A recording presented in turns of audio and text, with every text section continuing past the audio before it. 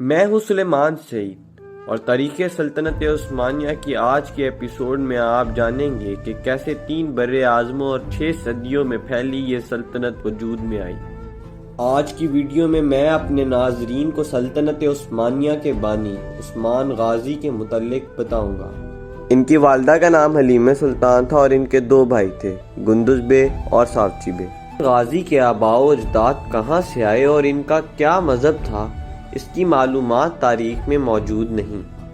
یہ 1258 میں Ertugrul Ghazi کے ہاں سوغت میں پیدا ہوئے۔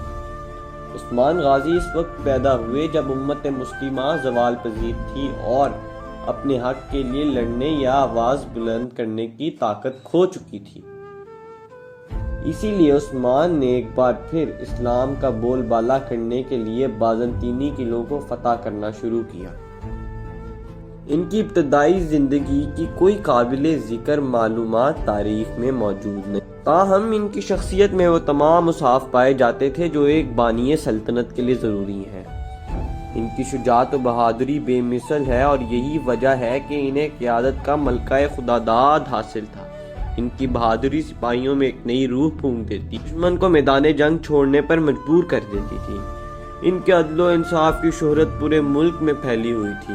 ان کی عدالت میں ترک و تاتار، عیسائی و مسلمان سب برابر۔ انہوں نے کبھی دولت جمع نہ کی، تمام مال غنیمت غریبوں اور یتیموں کا حصہ نکالنے کے بعد سپاہیوں میں تقسیم کر دیا کرتے تھے۔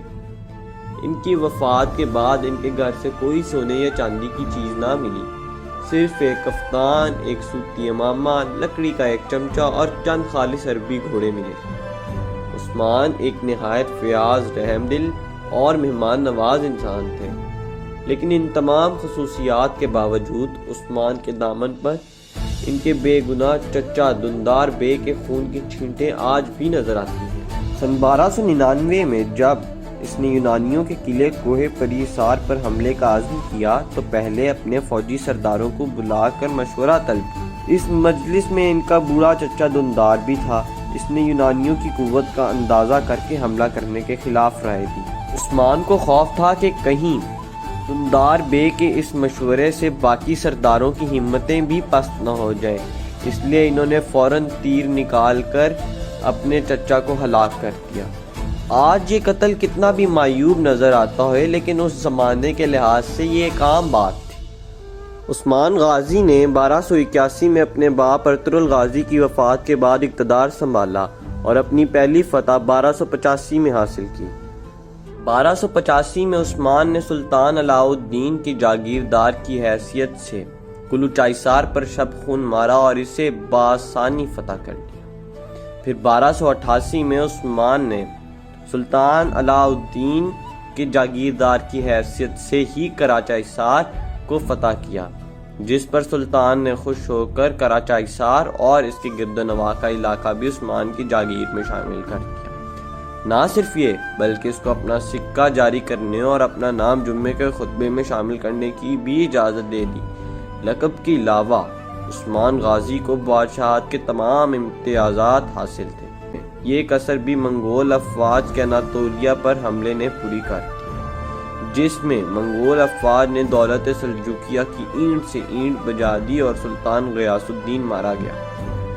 اب عثمان بالکل آزاد اور خود مختار تھا اور آئندہ انہوں نے تمام فتوحات ایک خود مختار فرما روا کی حیثیت سے ہی حاصل کی۔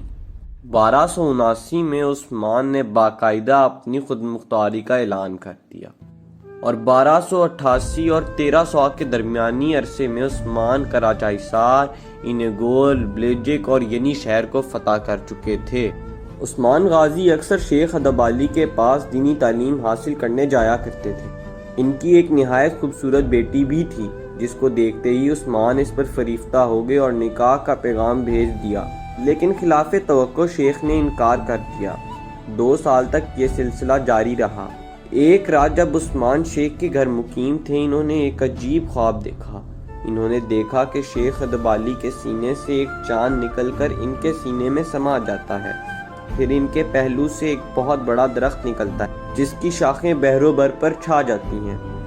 درخت کی جڑ سے 4 دریا نکلتے ہیں اور 4 بڑے پہاڑ اس کی شاخوں کو سنبھالے ہوئے ہوتے ہیں۔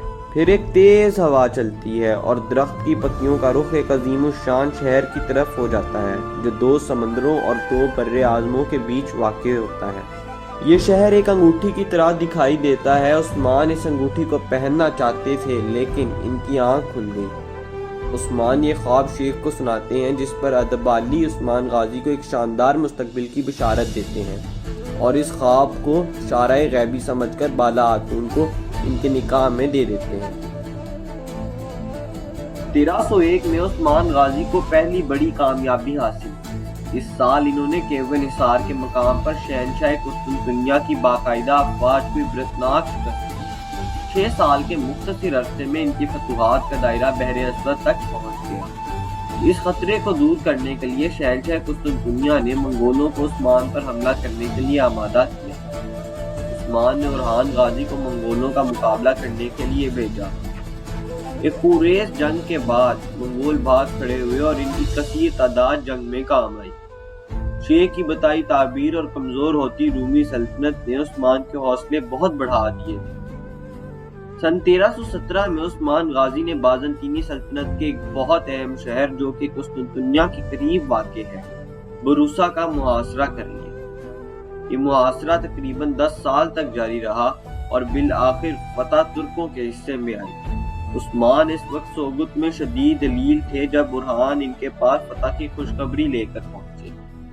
عثمان غازی نے اپنے بیٹے کی تعریفیں کی اور اسے اپنا جانشین مقرر کر دیا۔ عثمان نے یہ وصیت بھی کی کہ موت کے بعد مجھے بروسا میں ہی دفن کیا جائے اور بروسا کو ترکوں کا نیا دارالحکومت بنا دیا جائے۔